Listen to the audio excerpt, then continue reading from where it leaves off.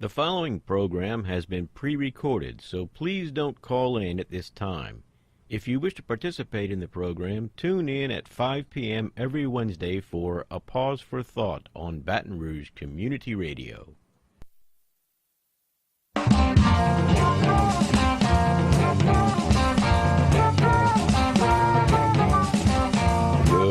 Good evening, fellow humans. This is Wayne Parker with A Pause for Thought here on Baton Rouge Community Radio, 96.9 FM here in Baton Rouge.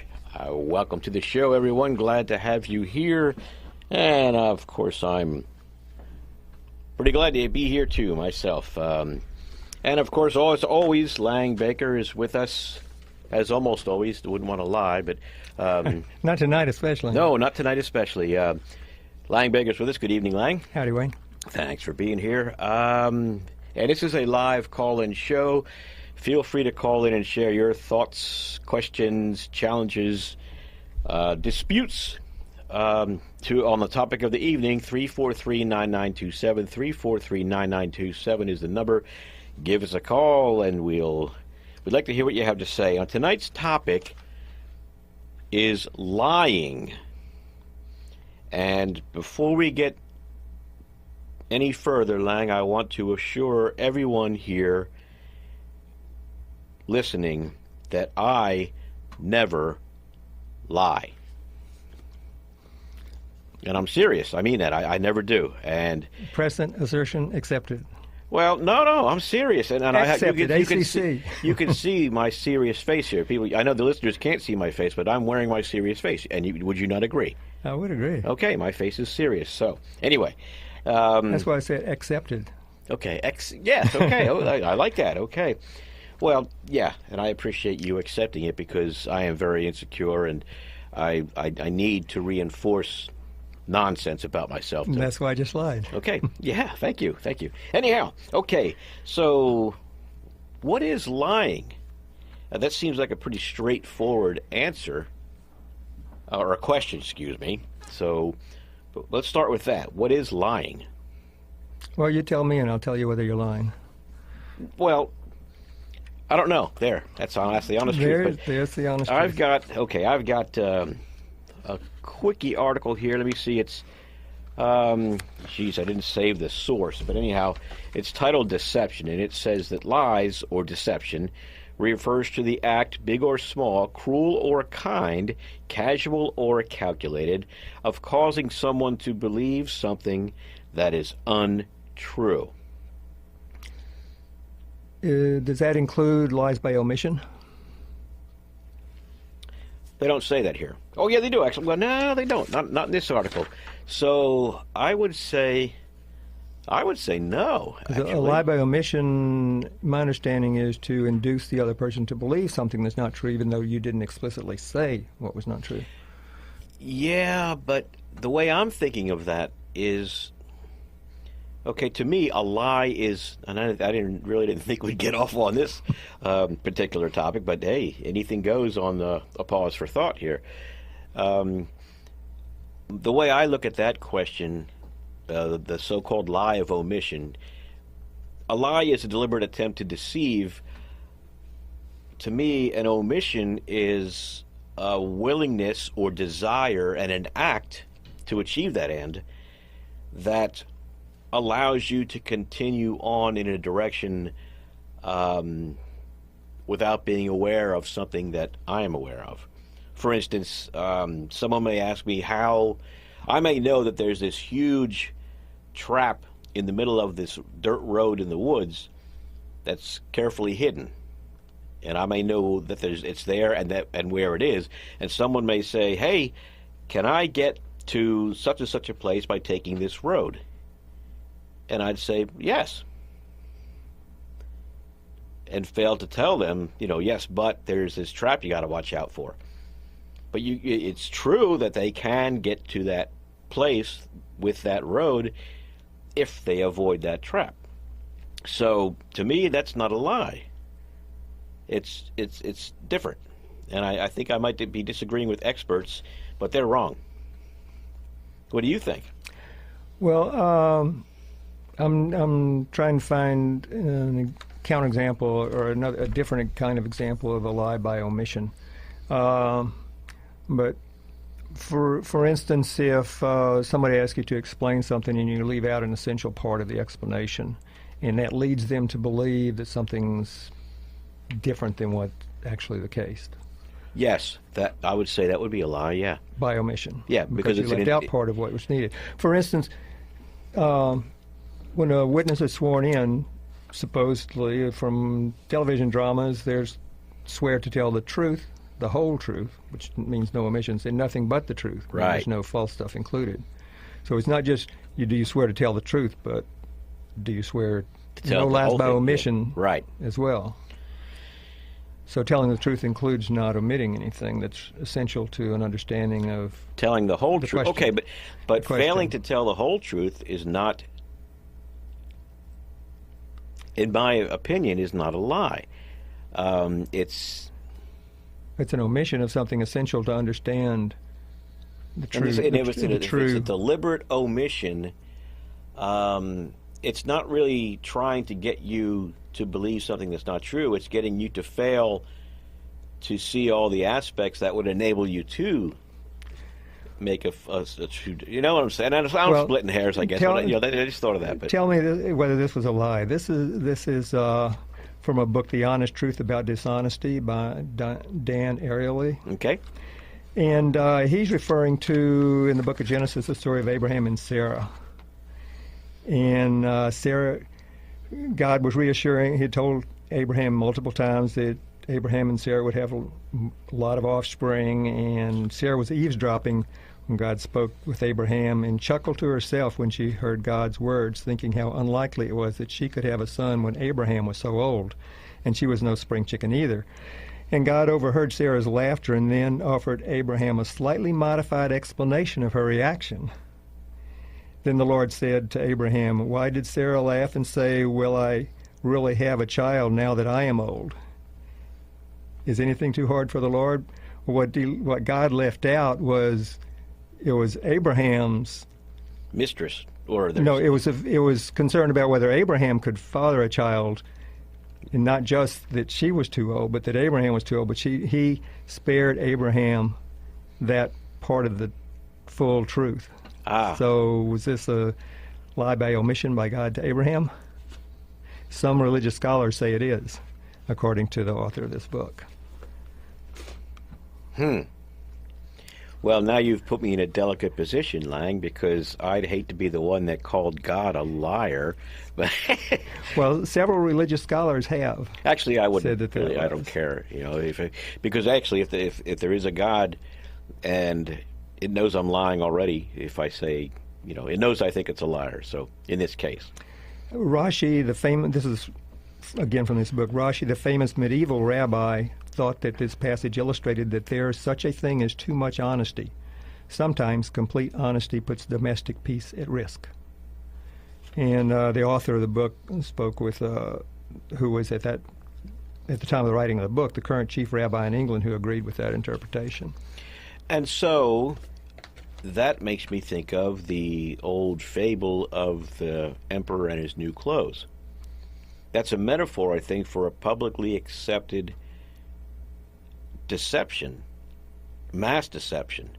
And a child, not knowing how that game is played, points out the truth and embarrasses everybody. And I'd never seen it that way before. I saw it as, people are willingly denying an unpleasant truth, and they all agree not to reveal it to each other. And then I see that as, I look down my nose at that, even though I'd never presumed to be superior to anybody. And I have my serious face on again when I say that.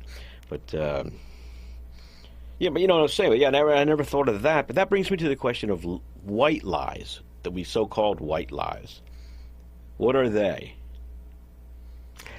Yeah, well, there's, in some of what I was looking at, a white lie is described as something that's to protect another person, no matter how great a lie it is. In others, say a white lie is a small lie that's insignificant in its impact, even if it's for your benefit rather than for the other person's benefit. So there's not a single view on what a white lie is. But what's common is it's a white lie is a lie that it's okay. It's an okay to make that lie, even though I guess people differ as to what they say. If it meets the criteria that it's relatively a minor thing and has good intentions, or well, there you're combining the two, that it has to meet You know. both tests. Whereas these one definition says only one of those tests, and the other definition says only the other of those tests. oh well, here again I stand by my response. You have to use both. It has to meet both criteria to be a true white lie. That's not my opinion, of course, but that's how I see it. Yeah. You can't just say one or the other. It's got to be both. Yeah, well, I think the notion of what's a lie is kind of hazy, like a lot of words that we use, and people use it in different ways in different contexts. And for some people, on some days they'll wake up in a white lie as one category, and another day maybe another category. Well, like we discussed before, our perception at any given moment depends on a lot of different variables. Our mood, how much rest we've had, what we've eaten recently, if we're under the influence of a foreign substance or something. Yeah. So our perception or foreign government. Anyway. So our perception or our definition of what a lie is may change from time to time. Right. And whether we're telling the truth may change from time to time. We may say the same thing, and one day we think that's the truth, and one day we think we're lying. That is a whole different direction that I'd love to go into. But first, I'd like to remind the listeners that you're listening to Wayne Parker and Lang Baker here on A Pause for Thought. This is a live call-in show. We're talking about lying. So if you have something to share with us, honestly, about lying, please give us a call, 343-9927, 343-9927. We'd love to hear what you have to say. Now, one question you brought up before when we were preparing for the show was, does everybody lie? Yeah, is that true? Does everybody lie? And I'll leave it at that. I won't, make any personal claims to the contrary or otherwise. That's what's often said. Everybody lies. And actually, you pointed out that that's not the case. Not everybody. And well, there's some. I don't know which one you're referring to, but there was some research that indicates, so far as white lies are concerned, that is, lies that are for sparing the feelings of the person you're lying to. It's not done for self. It's done for. But you're still lying then.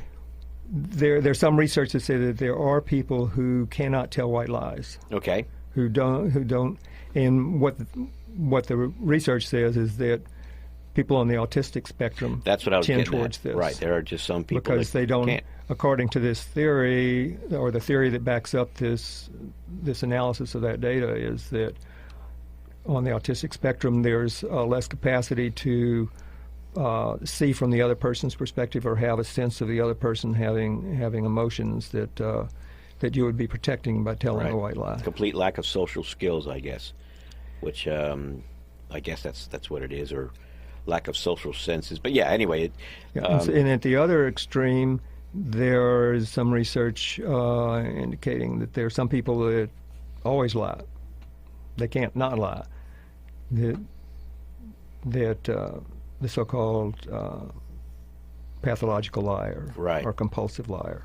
And there's some brain research indicating that individuals that have been, through tests, have been classified as being pathological liars, that in their prefrontal cortex they have a lower percentage of gray matter and a higher percentage of white matter.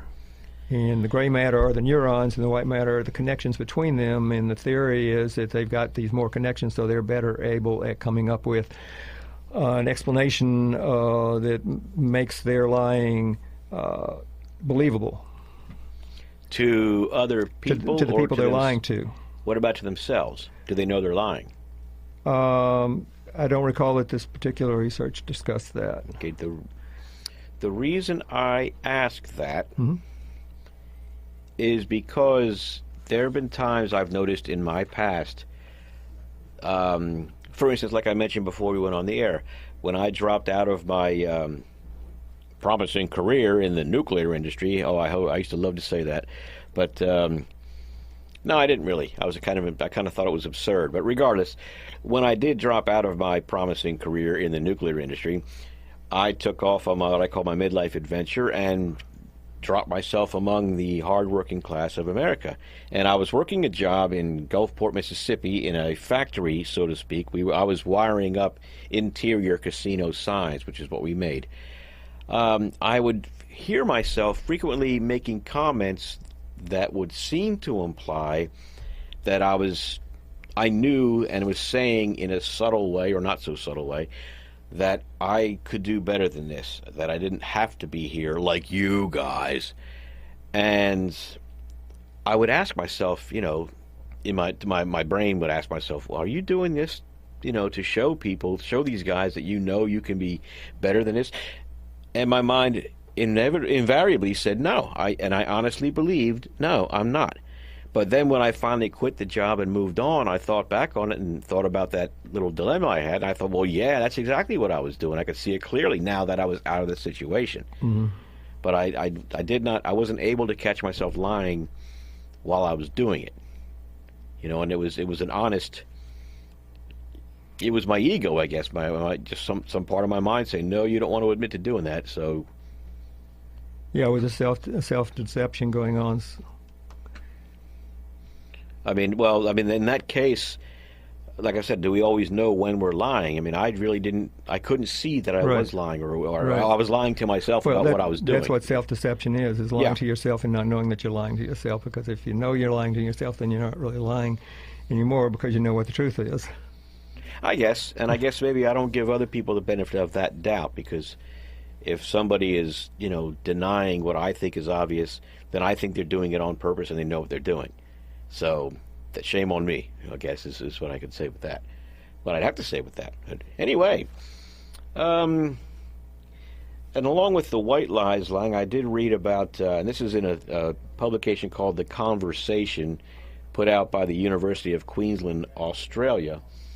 But they talk about, they read here, this research on the role of lies in managing our relationships has been replicated across various cultures, including the Chinese, French, and Northern Thai cultures, and even members of the South American culture, Zaital, or whatever.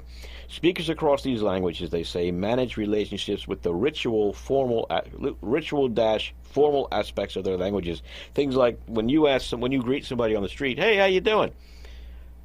Are you really asking them how they are doing, number one?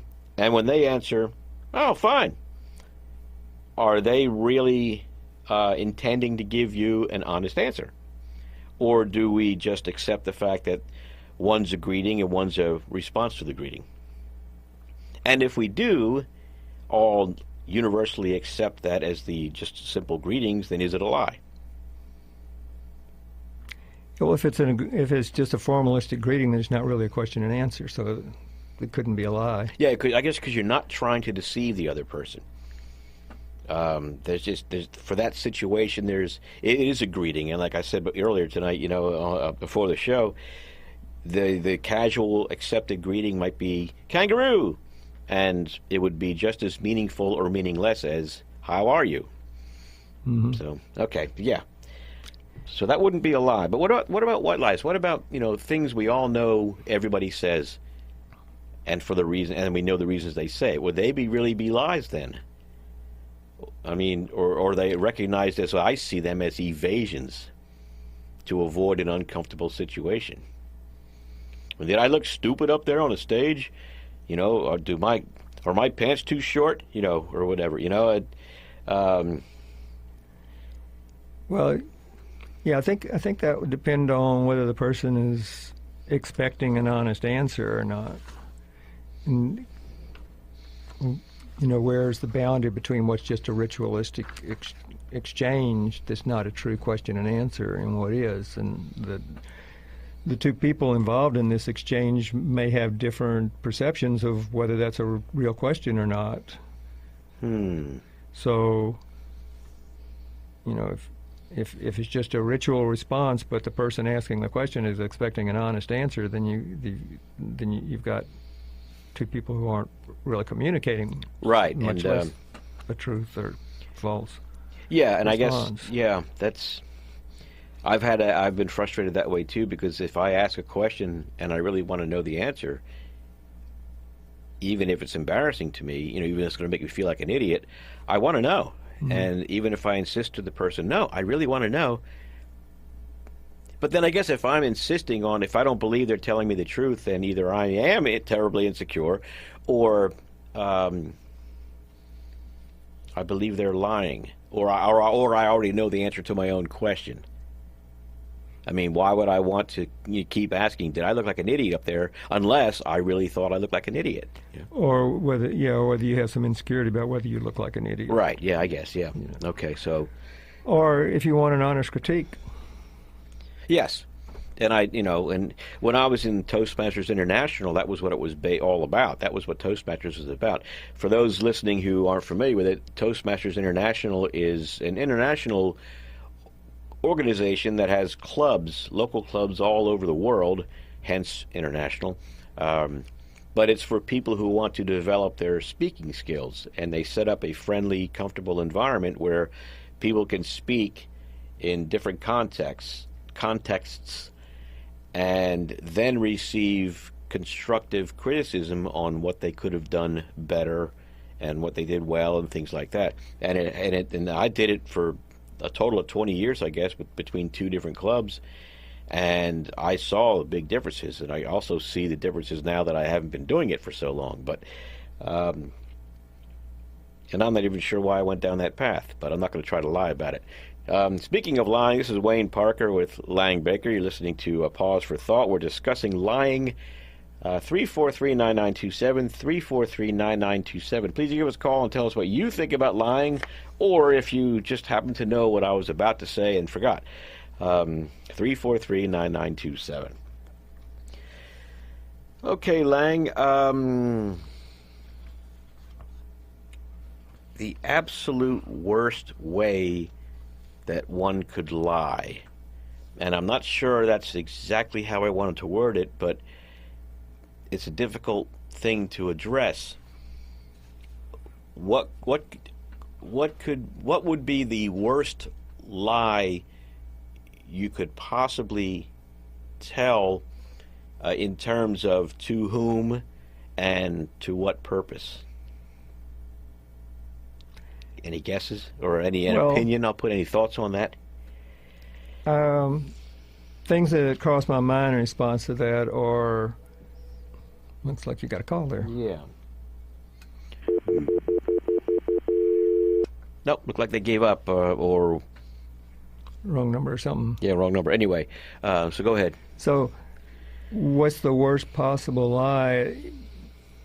Worst judged out on what happened to the other person as a result of the lie, or what happened to me as a result of the lie, or...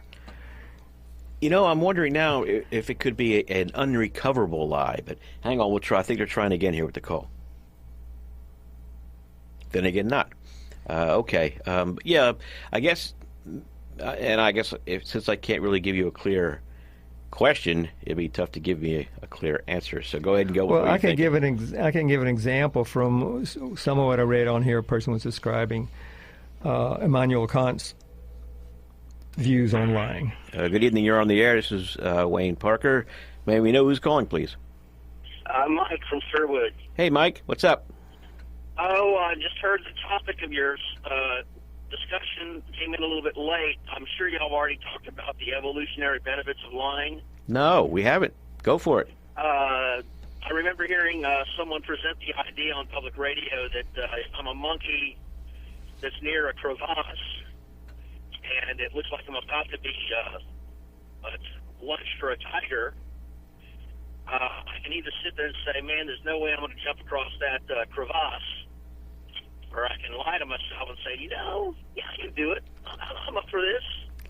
And of course, there are other, social situations where lying tends to be an attempt to get something for nothing. Right. In other words, a real benefit for a bunch of BS air. So there are benefits to it. Well, but what would have been the benefit, though, of lying to yourself about being able to jump the crevasse or that big cavern? You might make the crevasse. Okay. No, I'll go along with that. And actually, Mike, I have a real-life example of that if you want to hang on and respond, or we can just go off the air. Wait. Okay. Years ago, I had a motorcycle wreck. I basically zombied out. I blacked out for a while at 60 miles an hour and ran out of road. And I realized what was about to happen when I had about 14 feet of road left, so you can imagine I didn't have much time to react. But two of the things I tried to do immediately was stop the bike and make a left turn. And something in my mind told me at the time, Wayne, you're trying to violate the laws of physics. And I thought, I told myself, well, who knows, maybe this time I'll be the one to do it, you know? And I really believed it. I thought, what have I got to lose, you know? Yeah. So that it could be like that. And of course, if it had worked, things might have come out differently. But I survived anyway, obviously. Of course, I guess to complete the evolutionary chain, you'd have to procreate. So get busy. I probably have one way or another. But thank you for that. I'll let you go. All right, thanks. Bye. And that's true, I guess. If and that's good. That goes back to one of the lies we talked about earlier about lying to ourselves about our ability to achieve a goal. That would serve an evolutionary purpose. Yeah, I think it would serve to perpetuate the species, so to speak. Yeah. Yeah, and there are other areas. I haven't read extensively on it, but as I recall, one is, for example, the white lies. They increase social cohesion, so the group as a whole has a better survival chance if you don't have a lot of internal conflict in the group. That puts it all in a whole different context now. Yeah, that's another dimension of the evolutionary benefits of lying. And the Emperor's New Clothes, that makes me look at that in a different light now, too. You don't want to disrupt the common beliefs because you might get your butt kicked out of society, or all of a sudden everybody will quit trusting everybody else because we've all been believing this lie. What else have we been believing that's not true, you know? Yeah, and if you want to look at warrior societies, the lies about the evil of the opposing tribe, and you build your lies up great enough to inspire rage in your population against the other tribe, then your tribe's got a great chance of survival. Or contempt, like we did, like our army did with our soldiers in Vietnam, creating demeaning names for them, and the same thing in Iraq, to lower them, to make them seem less human, so it's easier to kill them. And there was an example I read about monkey lying, where if a monkey sees some food and there's a lower status monkey around, just goes ahead and gets the food. If there's a higher status monkey around, the monkey will scream false alarm of there being a predator, and then the higher status monkey will run away, and then the monkey who made the lie gets the food. So if food is essential for survival, there's another example of how lying contributed to the survival of that individual. You know, my mom had 2 dogs years ago, and every time one of them in particular wanted to go outside, it was the male. He was kind of an easygoing guy. The other's a female, high-strung. But any time the male wanted to go outside and got up and went to the door, toward the door, as soon as the door was opened, the female would bolt ahead of him and jump out first. And it got to where if this male wanted to be left alone, he would start walking toward the back door. My mom would open the door, and the female would run and jump ahead of him, and then he'd go back, lay down on his pillow. And I thought, that's smart, pretty good. Yeah, smart dog. So, animals, dogs can do that too, I suppose, a little bit of deception. They can be trained, I guess. But let's see, we got a couple minutes. Yeah, we got about a minute and a half, I guess. And I'm really, really, really going to try tonight to not go over our time limit, nor to end too early. So, one thing I thought of was white lies. Could they be the result of laziness? I mean, if you can't come up with or don't have the vocabulary or wherewithal to formulate an honest but diplomatic response, you just say, no, it's not. Okay, you just tell a white lie. Or you might tell any other kind of lie as well, out of laziness. Even if it's not, if the question calls for an answer about something important and you're lazy and just blow it off, you might tell a big lie that's not a white lie. Or a lie by omission might also happen out of laziness. You don't want to take the time to explain the full context, so you just give. And you don't care about the superficial consequences anyway. Yeah, I guess that's what it is. If you don't care about the consequences of the lie, then whatever. So, yeah, okay. That shoots that in the butt, but... No, well, it expands it. Okay, I'll go with that. Anyway, we've got to go. You've been listening to Wayne Parker and Lyin Baker here on A Pause for Thought, here on 96.9 FM in Baton Rouge. We got to go, and that's real. We thank you for listening. Have a good night.